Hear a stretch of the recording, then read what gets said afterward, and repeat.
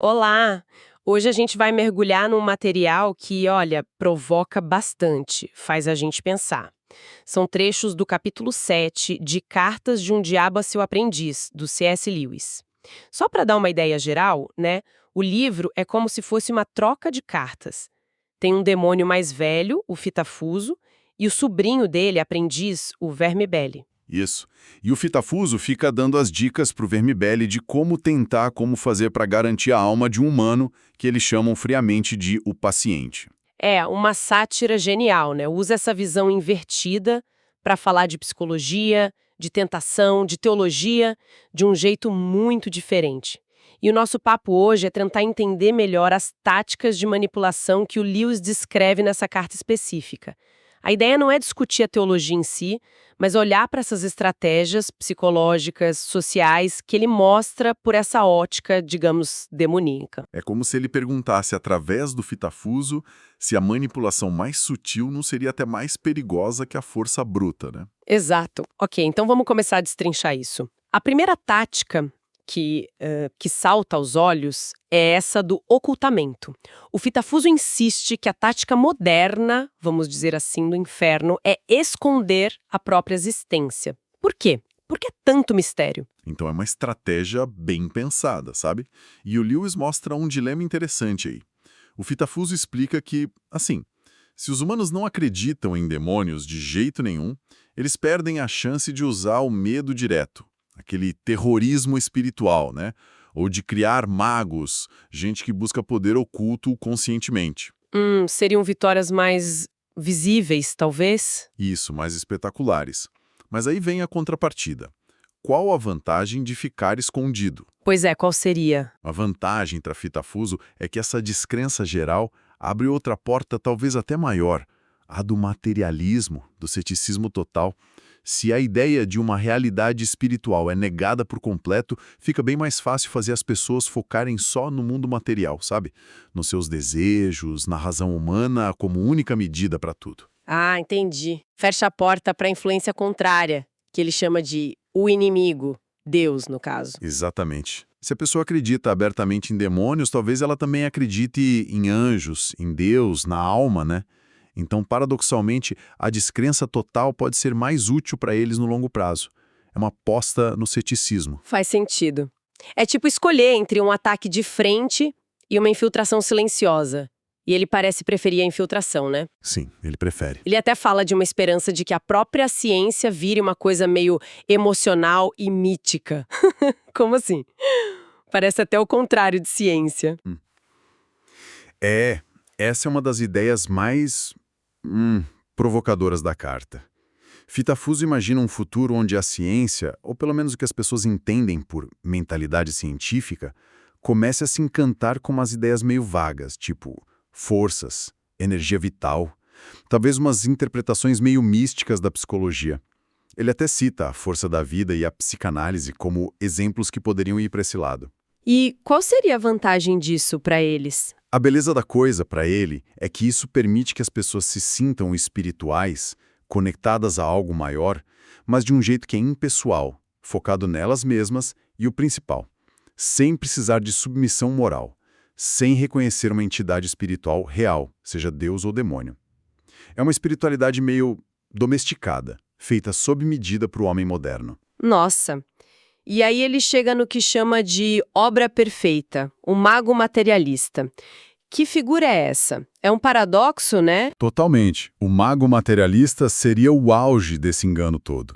É alguém que não só acredita nessas forças, mas tenta manipulá-las ativamente para ter sucesso, poder, prazer, sei lá, uma iluminação pessoal, mas que ao mesmo tempo acha ridícula a ideia de espíritos, anjos, demônios, um Deus pessoal. Então, a pessoa estaria mexendo com o espiritual? Exato. Estaria buscando poder ali, mas completamente cega para a natureza real daquilo e para quem, segundo Lewis, realmente opera ali. É como brincar com fogo sem saber que queima, ou pior, sem saber para quem está acendendo a vela, né? É ilusão de controle total, mas negando a realidade por trás. Pesado.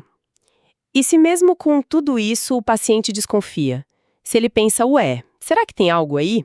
O Fitafuso dá uma dica bem prática, quase um golpe baixo. Sim, sim, é a sugestão de jogar na mente da pessoa na hora a imagem mais bizarra e ridícula possível do diabo.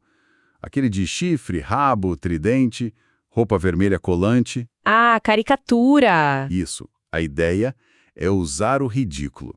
A pessoa pensa, ah, isso? Claro que não acredito nisso. E aí, rejeitando a caricatura, ela acaba rejeitando a possibilidade real junto. Usa o estereótipo como cortina de fumaça. O orgulho de não querer parecer bobo ou supersticioso vira uma arma contra a própria percepção. Entende? Nossa, que mecanismo sutil! Essa coisa do ocultamento e da caricatura é a base, mas aí a carta avança para umas táticas mais ativas, que dividem mais. E aqui a coisa fica interessante mesmo. Fitafuso manda o Vermebili pensar em transformar o paciente num patriota radical ou num ardoroso pacifista. A escolha parece meio tanto faz, mas a ordem é clara. Todos os extremos, menos a devoção extrema ao inimigo, devem ser encorajados. Por que essa fixação toda em extremos? A lógica que o Fitafuso usa é muito ligada ao contexto, sabe? Ele está escrevendo durante a Segunda Guerra, uma época que ele descreve como de facções, com muita tendência a desequilíbrio, a briga. Numa era assim, o trabalho do tentador é botar lenha na fogueira, atiçar os extremos. E se fosse uma época mais calma? Aí a tarefa seria outra, talvez incentivar a indiferença, a apatia espiritual, a mornidão.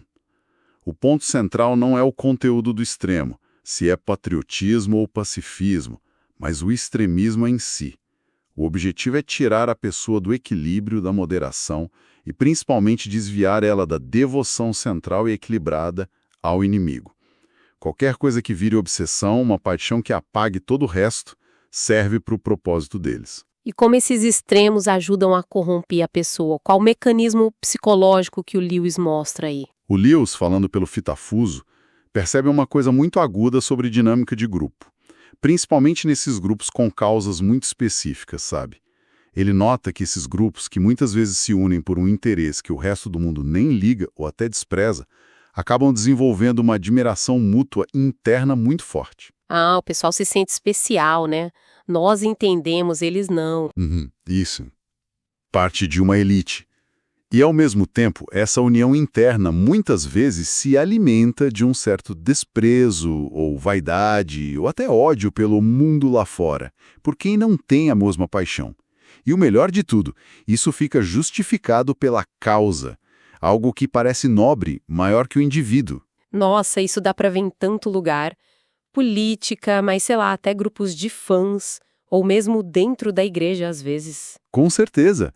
E o Fitafulos aplica isso direto na igreja. O objetivo do demônio, ele sugere, não é nem sempre esvaziar as igrejas, mas fazer as que sobram ficarem pequenas de espírito. Eles querem criar uma intensidade inquieta, um farisaísmo defensivo. Transformar a igreja num clubinho fechado. Basicamente, mais preocupado em defender suas coisinhas, suas tradições, sua interpretação contra os outros, do que em viver a mensagem principal de amor, de serviço. Ele até lembra das divisões lá na igreja de Corinto, que o Paulo teve que dar um puxão de orelha, e as brigas internas na igreja anglicana na época do Lewis. A divisão, o espírito de facção, já é uma vitória para eles. E voltando para o paciente, se ele abraça uma causa dessas, tipo o pacifismo em plena guerra, ele entra num grupo desses, pequeno, talvez mal visto.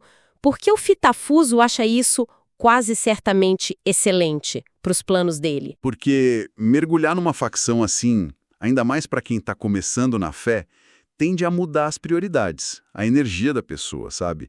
A camaradagem do grupo, ter que defender a causa toda hora, sentir que está lutando pelo certo.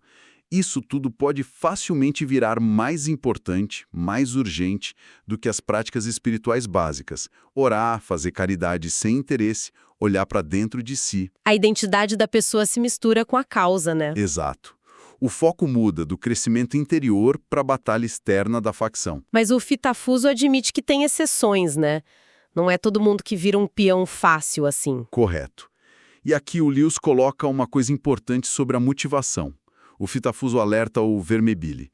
Se o paciente for pacifista por convicção real, porque ele acredita sinceramente que está obedecendo a Deus, e se ele mostrar coragem física, o que mostraria que não é só medo disfarçado, aí a coisa complica para eles. Por quê? Porque alguém agindo por obediência consciente ao inimigo, mesmo que a posição seja polêmica para o mundo, é mais difícil de manipular por esse caminho.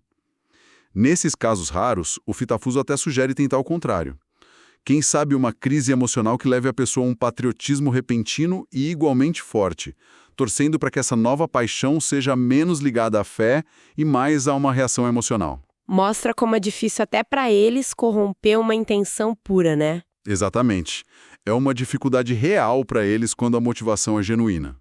Isso leva a gente para o terceiro grande ponto tático dessa carta: a subversão da própria fé, usando a causa, qualquer que seja ela. Não importa se o paciente virou patriota fervoroso ou pacifista dedicado, a tarefa principal do Vermebile, segundo o Fitafuso, é a mesma. Qual é? É um processo, assim, gradual e bem sutil de inverter as prioridades. O Fitafuso descreve meio que 3 passos. Uhum. Primeiro, fazer o paciente ver a causa dele, patriotismo, pacifismo, qualquer uma, como parte da religião dele. A causa fica meio que santificada. Ok, primeiro passo. Segundo, com a influência do grupo, da briga partidária, do calor da luta, levar ele a sentir que essa causa é a parte mais importante da religião. É o jeito que ele mede tudo e todos, até outros religiosos. A fé começa a ser vista só pela lente da causa. Eu entendi. E o terceiro? O terceiro é o passo final, decisivo, quando a coisa inverte totalmente. A religião vira só uma parte da causa. O valor da fé passa a ser medido pelo quanto ela ajuda a dar argumento, justificativa moral ou gás para a causa terrena. O cristianismo, ou qualquer fé profunda, vira só uma ferramenta para a causa. Nossa, e qual é o perigo disso tudo? O que o Lewis está querendo mostrar com essa inversão? O perigo é perder a perspectiva principal, o foco no que realmente importa, espiritualmente falando. O Fitafuso fala para o Vermebile: não deixe o paciente ver as coisas do mundo, guerra, paz, ou política principalmente, como chance de praticar a obediência a Deus. Essa seria a atitude certa, na visão do inimigo. E a inversão que eles querem é... É fazer do mundo, ou de uma causa específica no mundo, o fim último. E a fé vira só um meio para chegar nesse fim terreno. E quando essa inversão acontece, a causa específica nem importa mais para o Fitafuso. Exatamente. Uma vez que a lealdade principal saiu do transcendente Deus, princípios eternos, e foi para o imanente, a causa do mundo, o grupo, a ideologia, o Fitafuso já considera o paciente garantido. A bússola moral e espiritual desregulou. Não importa mais se ele luta pela paz ou pela guerra. O que importa é que essa luta virou o Deus dele, o centro da vida, das paixões, e ofuscou a relação com o verdadeiro inimigo. A fé virou enfeite ou arma, não a fonte. E o Lewis, pelo Fitafuso, fecha isso de um jeito bem direto, né? Bem sombrio. Ele diz que o paciente pertence aos demônios desde que o quê? Desde que encontros, panfletos, politicagens, movimentos, causas e cruzadas sejam mais importantes para ele do que preces, sacramentos e caridade.